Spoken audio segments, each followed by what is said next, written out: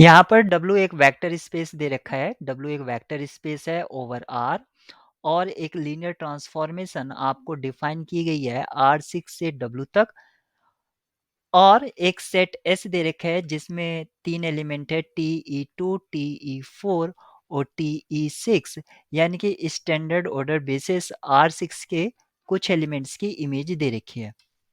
आपसे पूछा गया है इन चार में से कौन सा करेक्ट है। तो यहाँ पर एक ही करेक्ट ऑप्शन होगा चारों में से।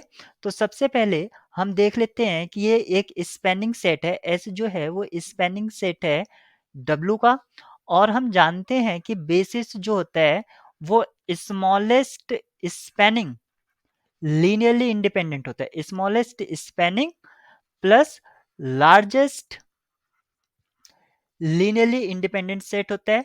अगर ये स्मॉलेस्ट स्पैनिंग सेट है डब्लू का तो इसका मतलब हुआ अगर डब्लू का ये बेसिस बनता भी है इन एनी केस अगर ये डब्लू का बेसिस बनता भी है यानी कि ये जो एलिमेंट्स दे रखे हैं अगर ये लीनियरली इंडिपेंडेंट हो भी जाते हैं तो डायमेंशन ऑफ डब्लू जो है वो एटमोस्ट 3 होगी।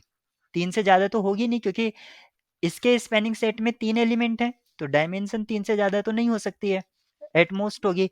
और हम रैंक नलिटी थ्योरम से ये बता सकते हैं कि नलिटी जो है यहां पर क्योंकि जो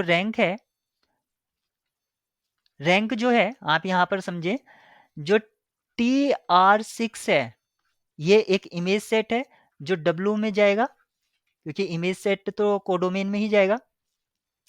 अगर कोई इमेज सेट मतलब सबसेट है तो इसका मतलब हुआ डायमेंशन ऑफ TR6 जो हुई वो लेस होगी डायमेंशन ऑफ डब्लू और डायमेंशन ऑफ डब्लू क्या है एटमोस्ट 3।